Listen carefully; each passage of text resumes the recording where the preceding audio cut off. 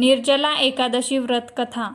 धर्मराज युधिष्ठिर म्हणाले, हे जनार्दन, ज्येष्ठ महिन्याच्या शुक्ल पक्षात कोणती एकादशी येते तिचे महात्म्य सांगण्याची कृपा करावी। भगवान श्रीकृष्ण म्हणाले, राजन, या एकादशीचे वर्णन परम धर्मात्मा सत्यवती नंदन श्री व्यासमुनी करतील, कारण ते सर्व शास्त्राचे ज्ञाता आणि वेदांगाचे निष्णात विद्वान आहेत। महर्षी वेदव्यास म्हणाले, दोन्ही पक्षातील एकादशीला भोजन करू नये, द्वादशीला स्नानादीने पवित्र व्हावे व फुले वाहून श्री केशवाची पूजा करावी, मग नित्य पूजापाठ आटोपून प्रथम ब्राह्मणांना भोजन करून शेवटी स्वतः भोजन करावे। राजन, प्रसूती वा मृत्यूनंतर लागलेल्या सूतकातही एकादशीला निराहार राहावे। भीमसेन म्हणाले, परमबुद्धिमान पितामह, माझी उत्तम गोष्ट ऐका। धर्मराज युधिष्ठिर, कुंती माता, द्रौपदी, अर्जुन, नकुल व सहदेव हे एकादशीला कधी भोजन करीत नाहीत आणि मलाही नेहमी हेच सांगतात की भीमसेन, तू सुद्धा एकादशीला काही खाऊ नकोस, परंतु मी त्यांना हे सांगतो की माझ्याकडून भूक सहन होणार नाही। भीमसेनचे बोलणे ऐकून व्यासमुनी म्हणाले, जर तू स्वर्गप्राप्ती इच्छित असशील आणि नरकाला दूषित समजत असतील तर दोन्ही पक्षातील एकादशीला भोजन करू नकोस। भीमसेन म्हणाले, महाबुद्धिमान पितामह, मी आपणासमोर अगदी खरे सांगतो की एक वेळ भोजन करूनही माझ्याकडून व्रत केले जात नाही, मग उपवास करून एकदम निराहार तर मी कसा राहू शकेन। माझ्या पोटात वृक नावाचा अग्नी सदैव प्रज्वलित असतो, म्हणून जेव्हा मी खूप खातो तेव्हाच हा शांत होतो। हे महामुनी, मी वर्षभरात केवळ एकच उपवास करू शकतो, म्हणून ज्यामुळे स्वर्गाची प्राप्ती सुलभ होईल आणि जे व्रत केल्याने माझे कल्याण होऊ शकेल असे एखादे व्रत निश्चयपूर्वक सांगण्याची कृपा करावी, मी त्याचे योग्य प्रकारे पालन करेन। महर्षी व्यास म्हणाले, भीम, ज्येष्ठ महिन्यात सूर्य वृषभ राशीत असो वा मिथुन राशीत असो, शुक्ल पक्षात जी एकादशी येते तिचे प्रयत्नपूर्वक निर्जल व्रत करावे। फक्त चूळ भरण्यासाठी किंवा आचमन करण्यासाठी तोंडात पाणी घ्यावे, याशिवाय विद्वान पुरुषांनी कोणत्याही प्रकारे तोंडात पाणी घेऊ नये, नाहीतर व्रत खंडित होते। एकादशीला सूर्योदयापासून द्वादशीच्या सूर्योदयापर्यंत मनुष्याने जलसेवन न केल्यास हे व्रत पूर्ण होते।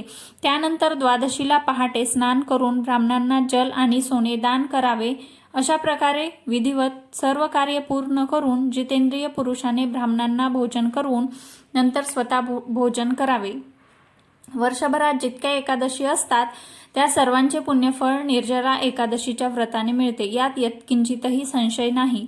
शंख, चक्र व गदा धारण करणाऱ्या श्रीहरींनी मला सांगितले होते की जर मनुष्य सर्वांना सोडून मला शरण आला आणि एकादशीला निराहार राहिला तर तो सर्व पापातून मुक्त होतो।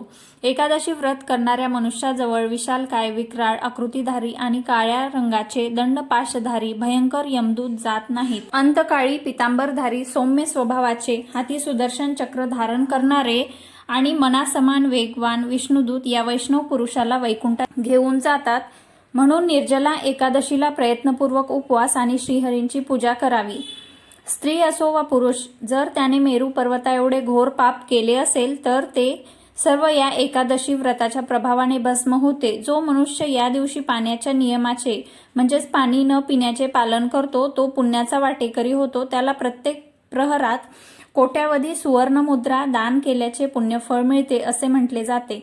मनुष्य निर्जला एकादशीला स्नान, दान, जप, होम जे काही करतो ते सर्व अक्षय होते, हे भगवान श्रीकृष्णांचे कथन आहे। निर्जला एकादशीला विधिवत उपवास करून मनुष्य वैष्णव पद प्राप्त करतो। जो मनुष्य एकादशीला अन्न खातो तो जणू पाप खातो, नंतर त्याची दुर्गती होते। जे ज्येष्ठ महिन्याच्या शुक्ल पक्षातील एकादशीला उपवास करून दान करतील ते परमपदास प्राप्त होतील। ज्यांनी एकादशीचा उपवास केला आहे ते ब्रह्महत्यारे, मद्यपी, चोर आणि गुरुद्रोही असले तरीही सर्व पातकातून मुक्त होतात। हे कुंतीनंदन, निर्जला एकादशीला श्रद्धाळू स्त्री पुरुषांसाठी जे विशेष दान आणि कर्तव्यशास्त्रसंमत आहे ते ऐका।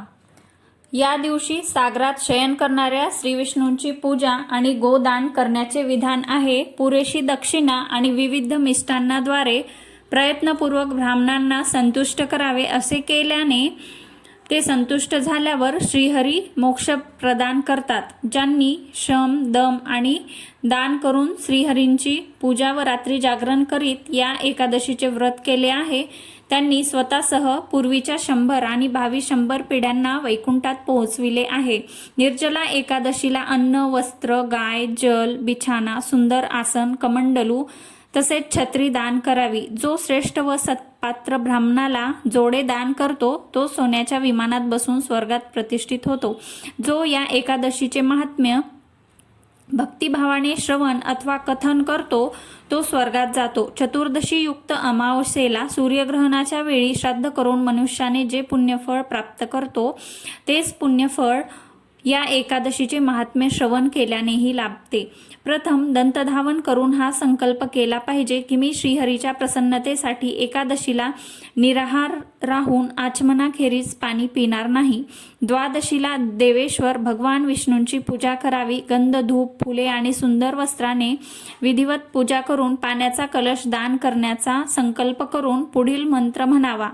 देवदेव ऋषिकेश संसारार्णवतारक उदकुंभप्रदानेन नय माम परमाम गतिम. भवसागरातून तारणारे हे देवादिदेव ऋषिकेश, या पाण्याच्या कलशाचे दान केल्याने आपण मला परम गती द्यावी, हा या श्लोकाचा अर्थ आहे. भीमसेन निर्जला एकादशीला श्रेष्ठ ब्राह्मणांना साखरेबरोबर पाण्याचा घडा दान केला पाहिजे. असे केल्याने मनुष्य श्रीविष्णूच्या सानिध्यात आनंदाचा अनुभव करतो. जो अशा प्रकारे या पापनाशिनी एकादशीचे विधिवत व्रत करतो तो निष्पाप होऊन परम पदास प्राप्त होतो. हे ऐकून भीमसेननेही हे शुभ एकादशी व्रत सुरू केले. तेव्हापासून ही पांडव द्वादशीच्या नावाने प्रसिद्ध आहे.